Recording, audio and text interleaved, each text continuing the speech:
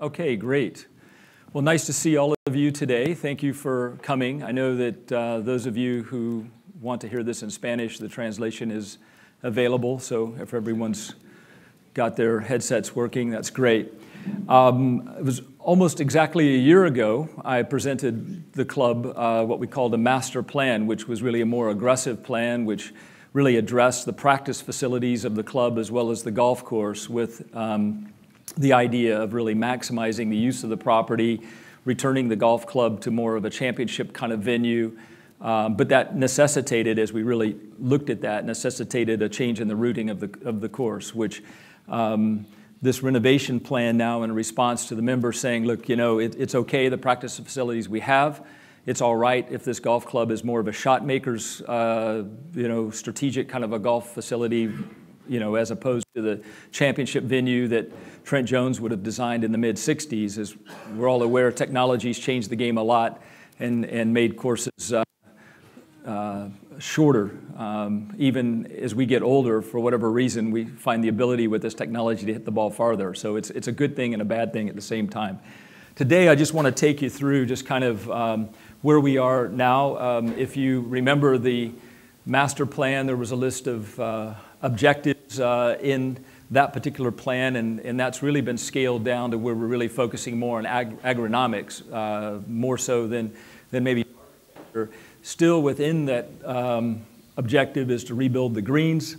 I think you're all familiar with the issues of the greens, and the agronomist has been here and done reports and spoken about that over the past few years.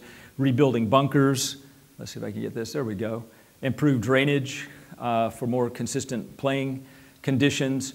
That's something that we could do more. I mean, we could sand cap the golf course. We could do, a much more extensive program, but within the budget that we've been given, I think Jeff's done a really good job identifying the areas that he has issues with, and I think we'll see some real improvements there. Develop or rebuild tees, new drainage and sand profiles and things which will make the tee surfaces even better. One of the things that in the long term is a landscape plan, and we'll look at some of the landscape that exists today as we go through some of these pictures.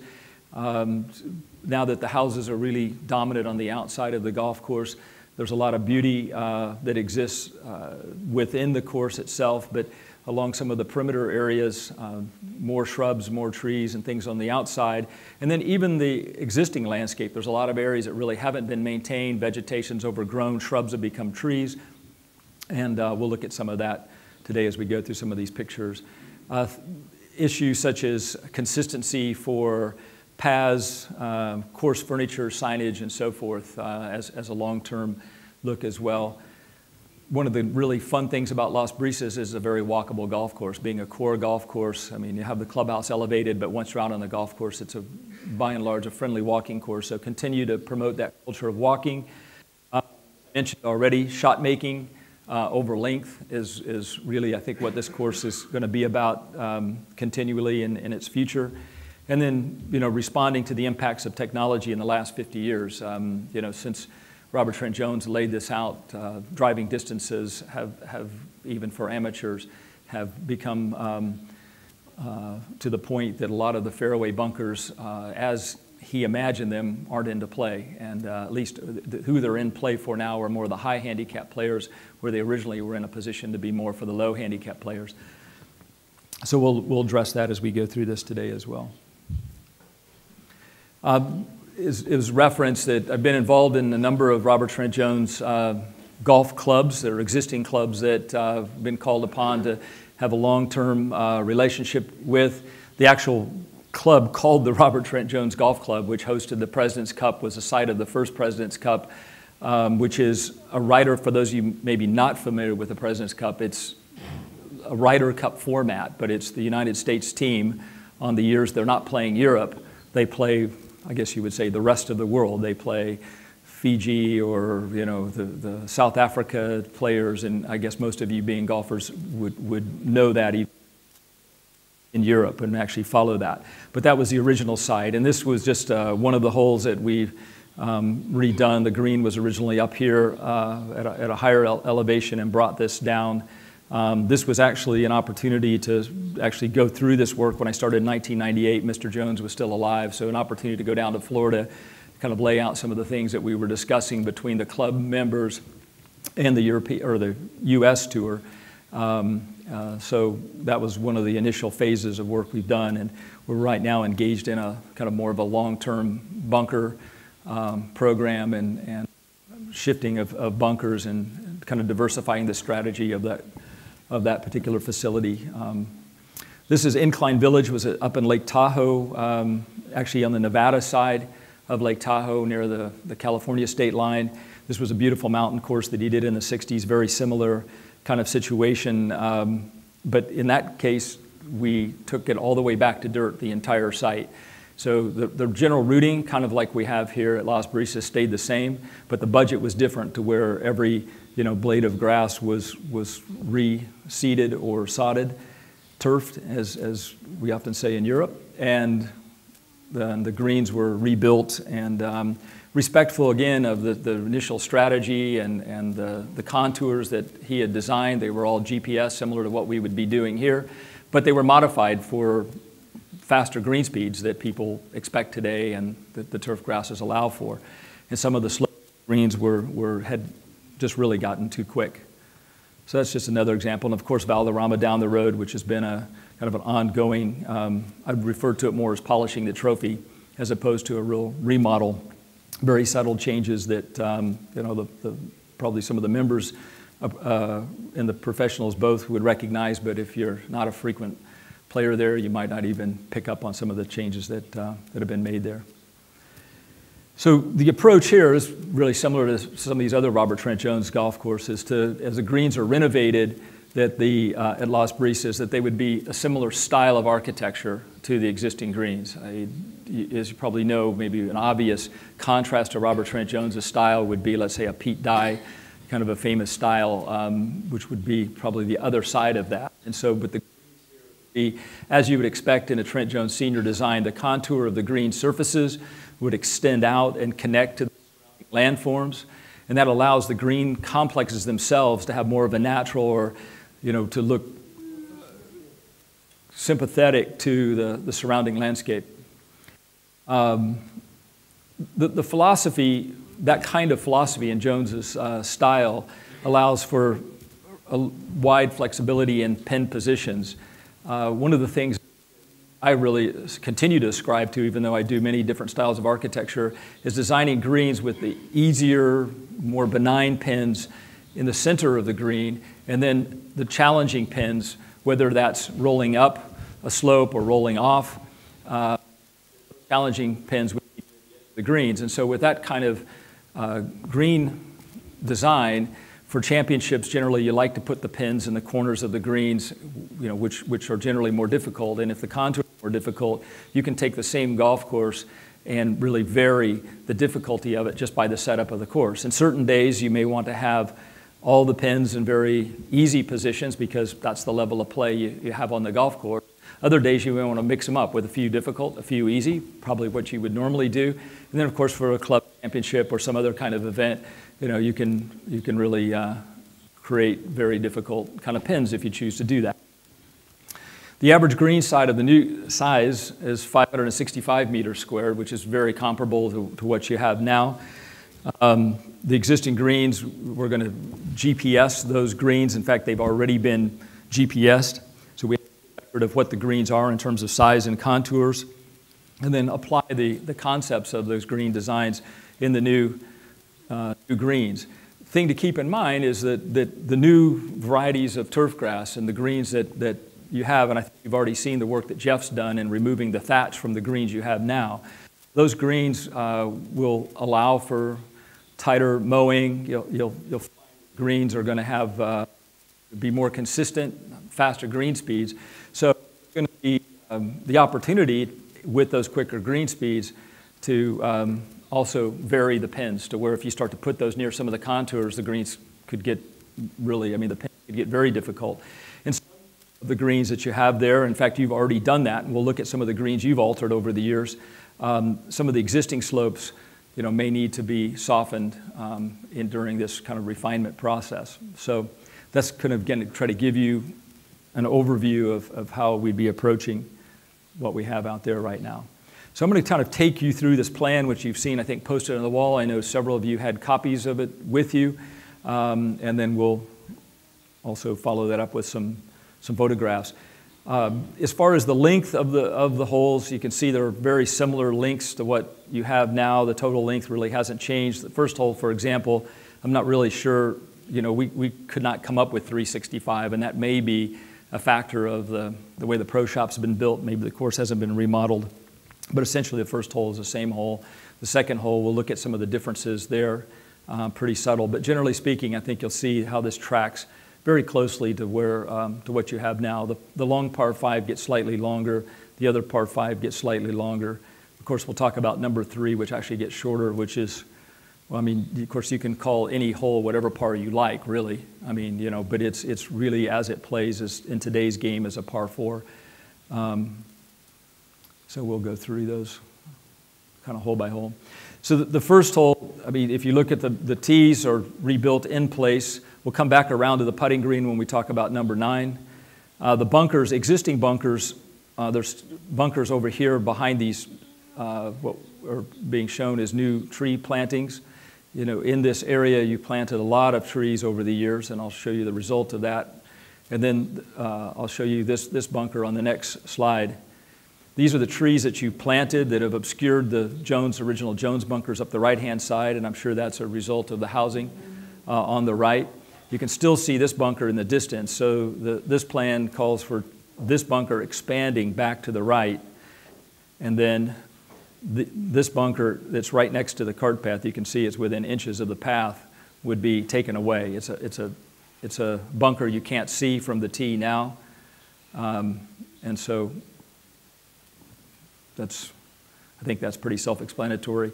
This is looking down on the first green. This is a palm tree that, of course, was never part of, Trent Jones's design. I understood there was an olive there, and then the palm tree kind of grew out of it and so forth. And I'm sure if he was around today, he would come out and say, "What is that palm tree doing there, in that particular position?"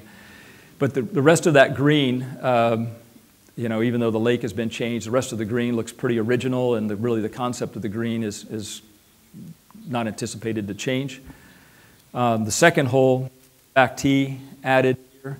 The green itself actually gets lowered as the green gets lowered, which I know many of you have voiced kind of complaints about the green being artificially high. That was, from what I was told, was at one time a very tilted green, that as the green speeds got quicker, that it became unplayable. Some of you probably know or were involved in that process.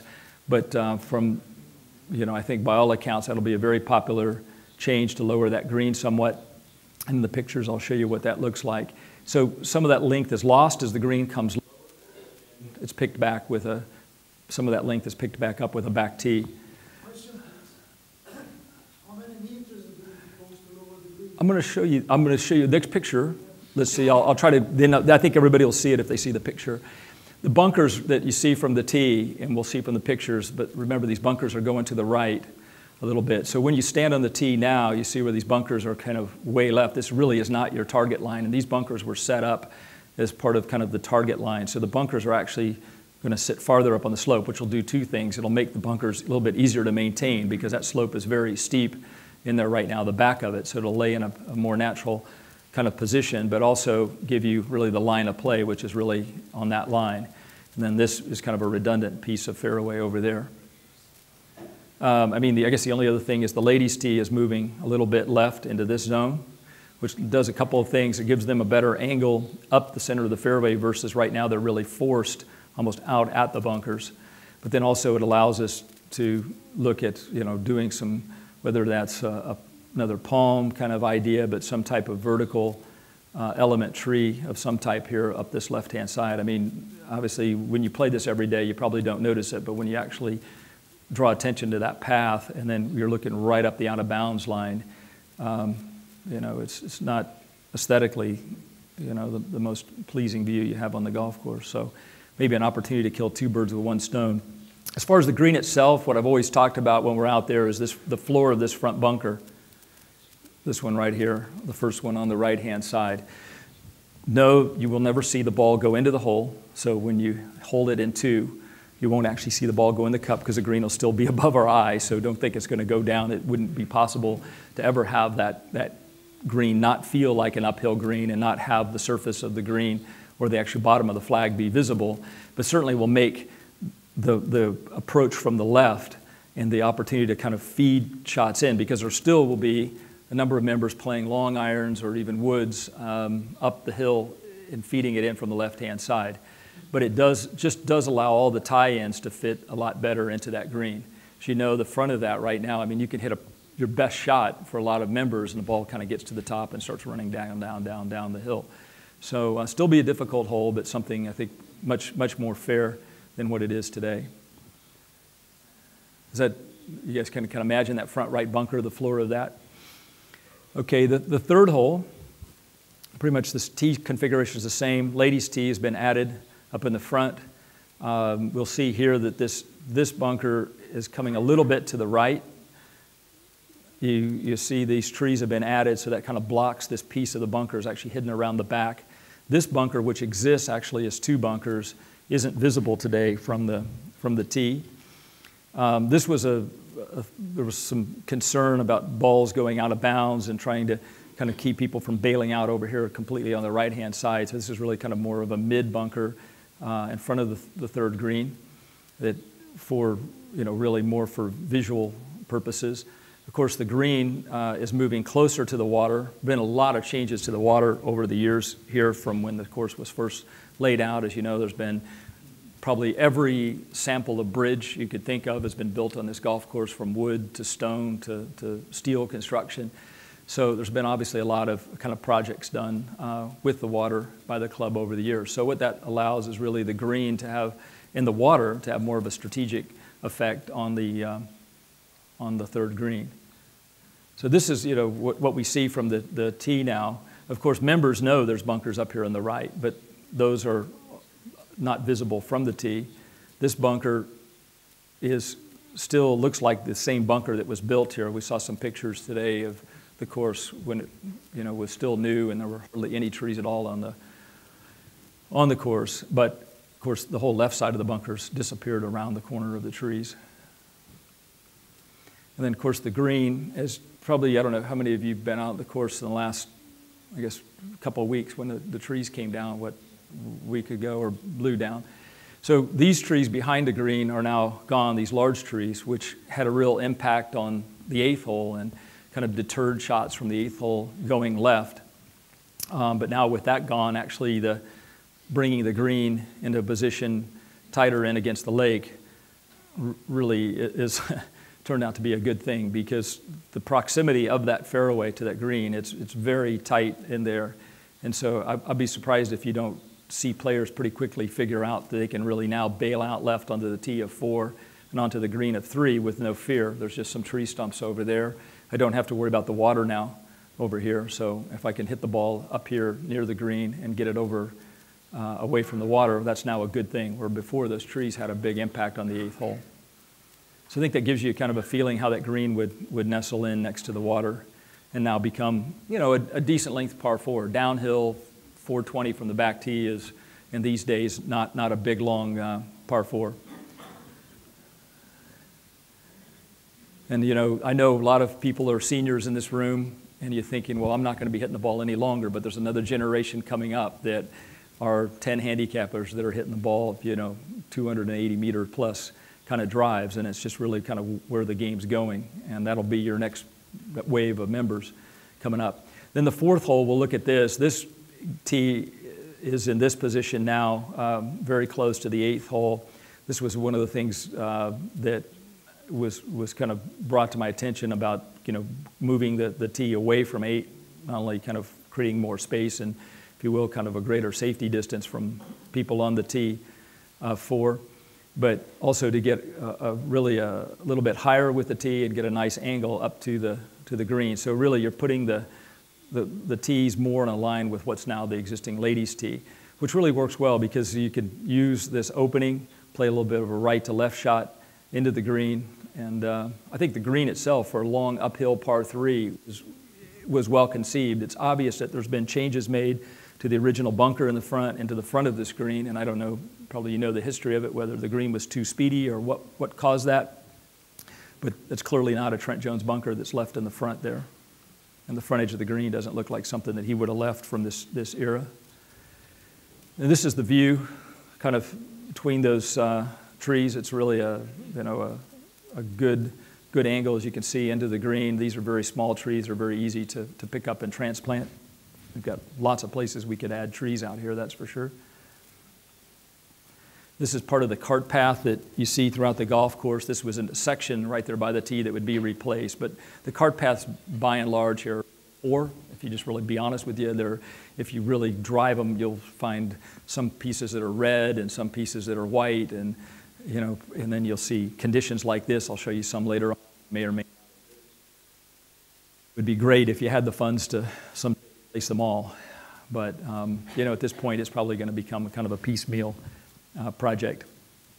Of course, the fifth hole, very similar to what we talked about last year, was adding this back tee, bunkers on the right-hand side here off the tee to try to take people a little bit more away from the houses visually.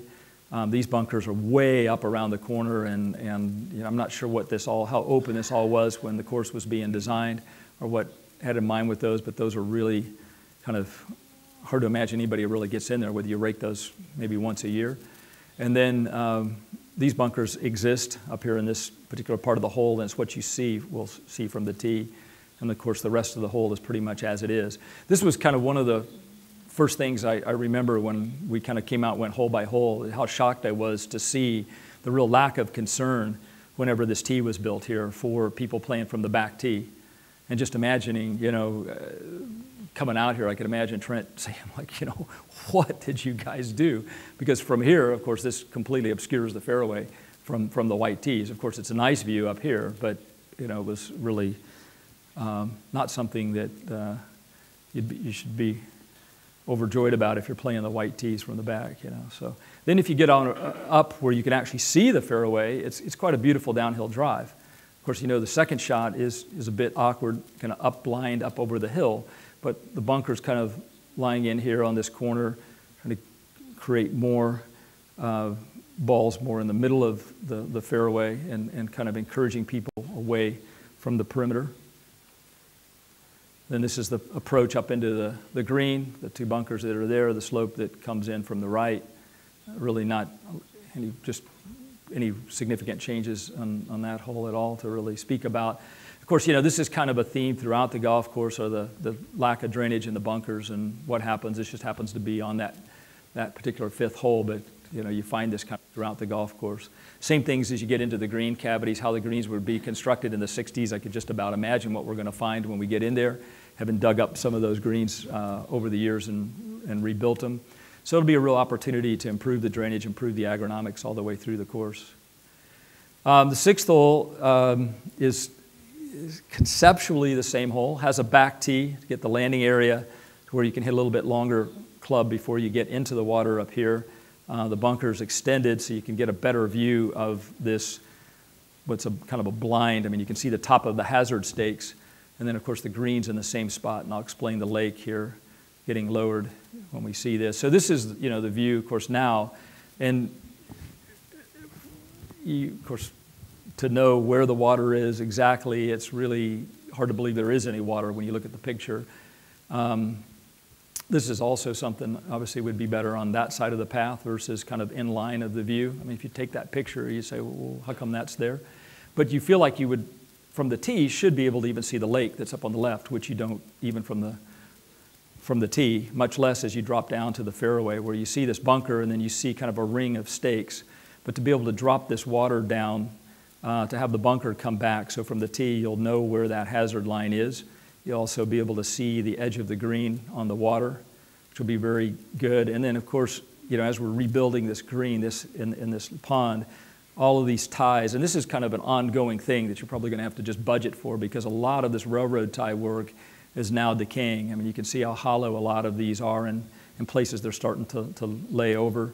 Here, that part of the lake, and there is just literally, half a meter deep, most of it, maybe a meter deep So there's a lot of opportunity to be able to get kind of a little bit deeper and cleaner water there on that edge. So that's pretty much what's happening there.